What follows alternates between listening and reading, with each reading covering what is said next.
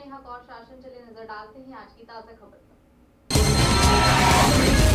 मध्य प्रदेश के स्कूलों में हिजाब बैन करने पर शिवराज सरकार घिरी और विरोध तेज हुआ तो शिक्षा मंत्री ने बुधवार को यू टर्न मार दिया। कर्नाटक के शिक्षा संस्थानों में हिजाब बैन करे जाने को लेकर बवाल मचा हुआ है। कर्नाटक से मंगलवार को उठे विवाद के बीच शिक्षा मंत्री इंदर सिंह परमार ने आगामी शिक्षा सत्र से हिजाब बैन करने की घोषणा कल कर दी थी। स्कूल शिक्षा विभाग द्वारा आगामी सत्र से विद्यालयों में बच्चों के लिए ड्रेस कोड पर काम हम कर रहे हैं। सब विद्यार्थियों में समानता का भाव रहे, अनुशासन रहे और विद्यालय की एक अलग पहचान बने, इस पर स्कूल शिक्षा विभाग काम कर रहा है। मध्य प्रदेश में अगले सत्र से ही हम इस प्रकार से गणवेश की सारी सूचनाएं प्रेषित करेंगे ताकि समय पर विद्यार्थी अपने गणवेश तैयार करा लें। शिक्षा मंत्री के बयान के बाद विरोध आरंभ हो गया था। अलेमाओं के साथ कांग्रेस विधायक ने तीखा विरोध जताया था। अफसोसनाक है, बेहद अफसोसनाक है। पहले मेरा उनसे सवाल है कि वो मुझे स्कूलों की दुर्दशा बताएं कि स्कूलों में आज की तारीख में जिन स्कूलों में फर्नीचर नहीं है, जिन स्कूलों में बैठने की व्यवस्था नहीं है, उस पर उन्होंने क्या करा। तब वो हिजाब के ऊपर उंगली उठाएं। हिजाब 70 सालों से स्कूलों में लड़कियां पहनकर जा रही हैं। एक भी उदाहरण कहीं से ला के दे दें पूरे हिंदुस्तान का कि एक भी उदाहरण कहीं से गलत मिलता होगा जिसमें हिजाब पहनने की वजह से कहीं इंस्टीट्यूट का कोई एटमॉस्फेयर, कोई माहौल ख़राब हुआ हो। एक आध ला कर दें, उसके बाद उंगली उठाएं। ये तो एक मेंढक की टटर की तरह का काम भारतीय जनता पार्टी के नेता और मंत्रियों को हो गया है।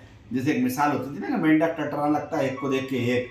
तो कर्नाटक में चिल्लाए तो उन्होंने कहा यहाँ पे हम क्या करेंगे, क्योंकि स्कूल में फर्नीचर दे नहीं सके, स्टाफ दे नहीं सके, सब्जेक्ट बंद कर रहे हैं, सरकारी स्कूलों की बिल्डिंगों की हालत ख़राब पड़ी है, बजट है नहीं।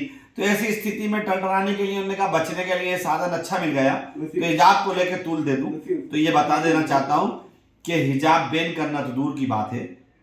माननीय, ये देश संविधान से चलेगा जो बाबा साहब अम्बेडकर ने दिया। ये देश गांधी की विचारधारा से चलेगा, गोडसे की विचारधारा के और आपकी शब्दों से ये देश नहीं चलेगा। मध्य प्रदेश में इस तरह का जो भी इशू होगा उसका कड़ा विरोध करेंगे और किसी हाल में उसको लागू नहीं होने देंगे। हंगामा मचा तो गृह मंत्री और सरकार के प्रवक्ता ने बुधवार सुबह कहा हिजाब बैन करने का कोई प्रस्ताव सरकार के समक्ष लंबित नहीं है।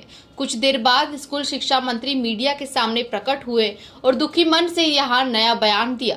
कल मेरे द्वारा स्कूलों में गणवेश को लेकर के बयान जारी किया गया था।